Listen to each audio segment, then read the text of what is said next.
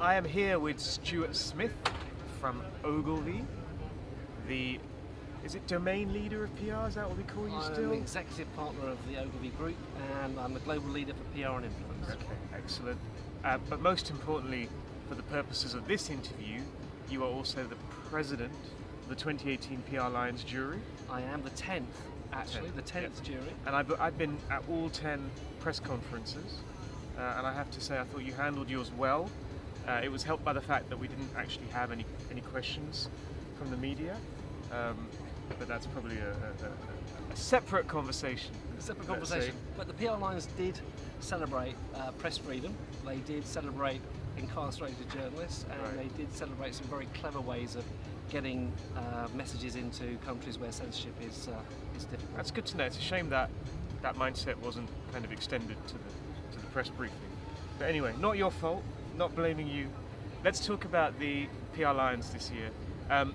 How did you find the judging? Was there a lot of arguments in the room? Did you find yourself having to adjudicate between people from different nations? It's really interesting. I say this with all sincerity. The people I had in the jury room were absolutely amazing. I think I couldn't have asked for a better bunch of people who really took the responsibility seriously. They were highly ethical. They excluded themselves even when they didn't potentially really strictly, according to the rules, need to be excluded. And they all were very respectful of the work, of each other. So I couldn't have asked for a better jury. It gave us much more space to talk about the work and less time arbitrating arguments. Sounds a bit dull.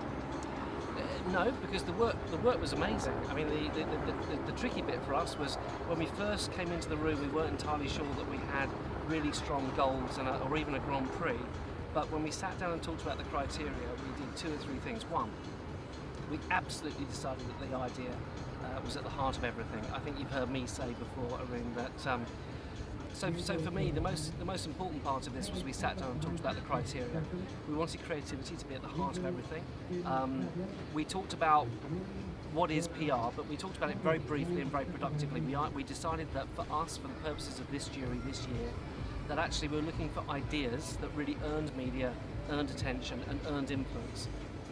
But also ideas that didn't just earn noise. We didn't want ideas that just broke the internet or where social influencers went mad. We wanted to see purposeful design of public relations craft into the idea, irrespective of where the idea came from. And obviously we don't know that until we get way into the process. We don't know where the ideas have come from until day 3. Right. But we also wanted very clearly to see that our discipline was represented in the way the idea was crafted, the way the content was created, the way the experience was designed, and actually, how the impact was generated. Okay. So, for yet another year, I guess, the PR industry is unable to win the top prize in the category which bears its name. I think it did better than last year in that I think there was one Gold Lion winner led by a PR agency, which was Flash Pillard, and I think another Gold Lion winner had a PR agency involved as the sort of PR execution specialist. What does it say about the industry that it's unable to win? I mean, the feeling was by now the PR industry would have figured out how to win PR Lions and would be dominating the winners. That hasn't happened. It's interesting. I mean, I think there are 2 really simple answers. One is, this is the 10th year. So in the very first year, there were around 480 entries overall, and about 28 to 30% of those were from PR agencies.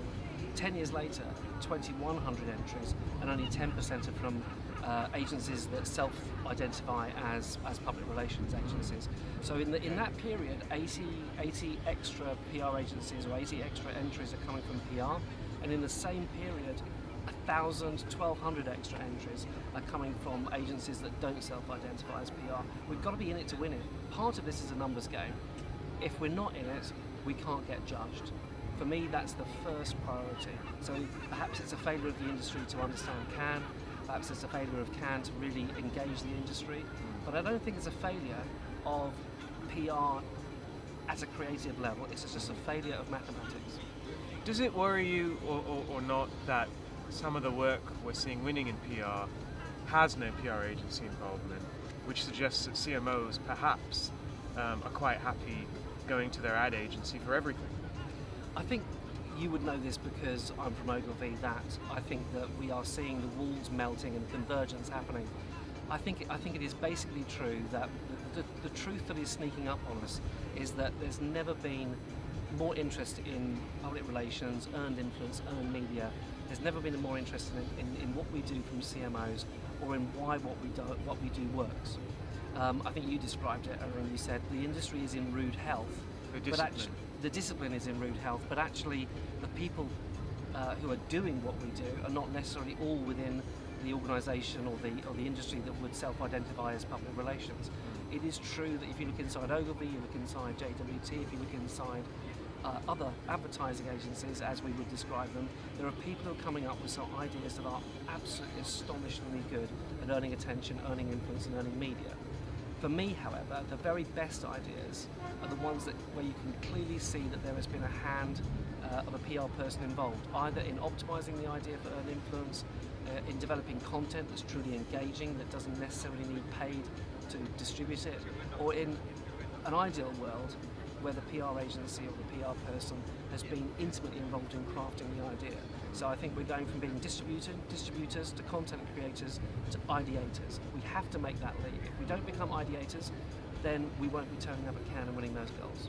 And the risk is the industry is perhaps not investing enough in becoming ideators. Yeah, I think everyone's struggling. I think we've got traditional standalone PR agencies trying to embrace more creativity. We've got traditionally creative agencies trying to embrace public relations and the arts and science of what we do. Everyone is finding their way. I'll be honest with you. I think agencies often lead clients in bouts, and then clients lead agencies, and agencies lead clients. We're in a situation now where the marketing playbook is completely and utterly broken. Everyone is trying to figure this out, as the Americans would say. I don't think anyone owns the right idea, but the people who own the people who will own the future are the people that invest in the right kind of talent, and the people that rewrite that playbook. Let's talk a little bit about the winner, Trash Isles.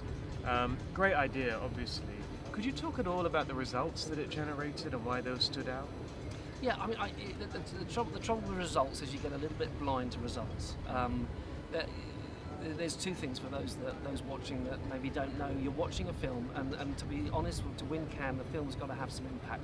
A 2-minute case film. But obviously, when you're getting down to awarding the golds and awarding your Grand Prix, you're going through and you're reading a written entry in quite a lot of detail. And we really, as we got closer and closer to the golds, we were moving on not just from the ideas and the strategy and the execution. We wanted to really see impact as we got to golds and certainly to the Grand Prix. You know, this was a piece of work which took what we would call an orphan environmental idea. The problem has existed for decades. They took the orphan idea, they found an insight which was beautiful. There was an island of trash the size of France. They took that insight and they turned it into a creative idea. The creative idea was so big, if it's the size of France, it's time it became its own nation. Oh, well, how do we make a nation? Well, we go to the United Nations, there must be some rules about how do you gain nationhood. So they went and they played around with that idea. They generated a conversation, taking those 3 ingredients, they generated a conversation that went absolutely globally. And I think it's contributed to this year being the year of concern about pollution in oceans. Do you think that the results of the campaigns you saw shows that the industry, the PR industry, is getting to grips with creativity as a core currency? That's a really good phrase. Core currency of creativity is absolutely what the whole marketing communications industry has got to move towards. It doesn't matter whether you're a data-led agency, a media-led agency, or anyone. I'll give you a good example. You know, I was recently in a media pitch where everyone was discussing, you know, how much money we could save on the media pitch. We would win if we could show 10% savings. And I sort of put my hand up and I said, look, here's an interesting thought. Can I just show you some ideas? So I showed them some films of things that we've done at Ogilvy, things that have been done in the world. I said, look, every one of these ideas earned $10 million to $15 million worth of media. You're talking about giving your client $10 million worth of media savings. Let's put creativity at the heart of this pitch, and let's say we want to generate media value, not media savings. And just by thinking like that, creativity becomes a very different tool. The other thing is I think the industry is getting to grips with different types of creativity. If you said creativity, it's a bit like tomato, tomato. You say media to a PR person, they think journalist. You say media to a person from the media agency, they think a buy.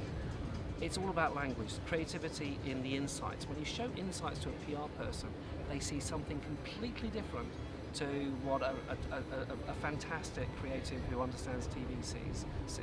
If you show data to a PR person and show it to a planner, they'll come up with different thoughts.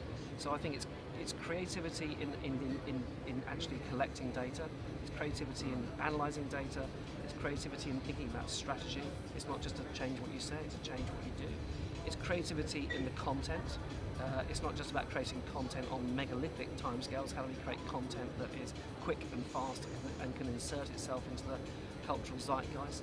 And then finally, that basically completely opens up the definition of creativity. And at the moment, I think everyone's using that word, and everyone is meaning something different. But there's one person that knows exactly what they want, and that's the client. They want a really good creative idea that's going to be born out of brilliant insights, executed in the real world, in what I would call an earned first world. Stuart, thank you very much. Thank you.